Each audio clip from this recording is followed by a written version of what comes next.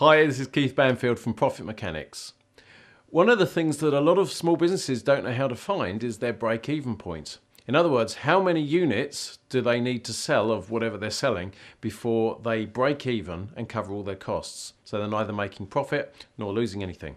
So what I'm going to do in this short video is I'm going to show you how to find your break-even point. I'll share with you the formula, and I'll also show you a simple spreadsheet that I've put together, an Excel spreadsheet, so that you can use that for your business as well. So let's go over to my computer now, and I'll show you exactly how that works. So in this example, we have a company that's providing public workshops. And there's two things that we need to consider.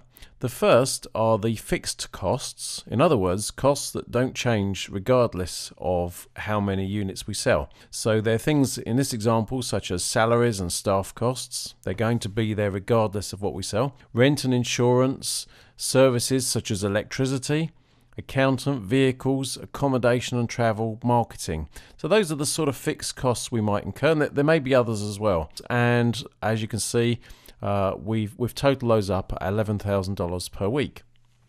Now, variable costs are costs which are going to change depending on how many units you sell. So in this case, we're selling places on a public workshop. So our variable costs are manuals.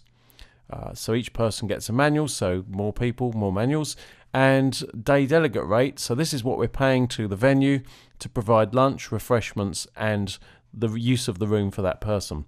And so our variable costs in this example are $80 per person.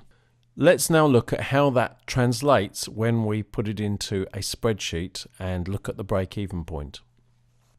Okay, so what we can see here is that we've got our fixed costs we've put in of $11,000, and we have our variable costs, which we know are $80 per unit sold. And in this case, we're going to try different price points to see what the break-even number of units would be at those different price points. So in the first example here, we've put in $490. That's what we're going to sell for a place on our workshop.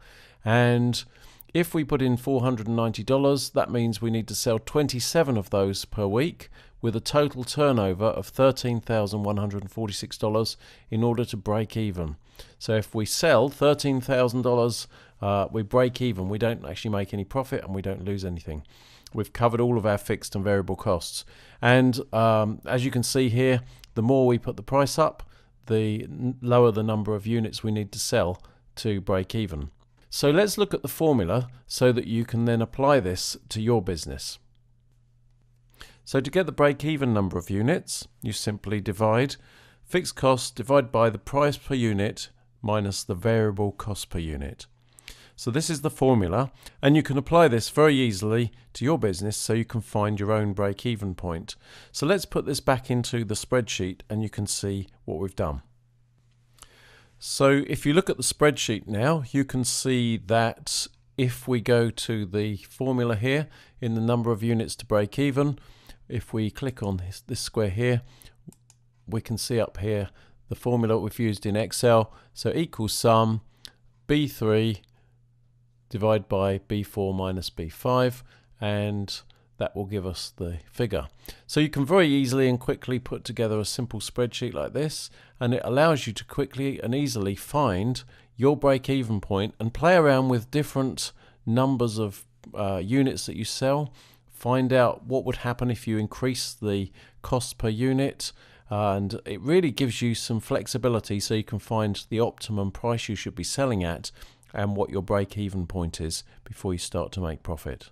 I hope you found this video useful. There'll be more coming shortly, so watch this space, and I wish you every success with your business.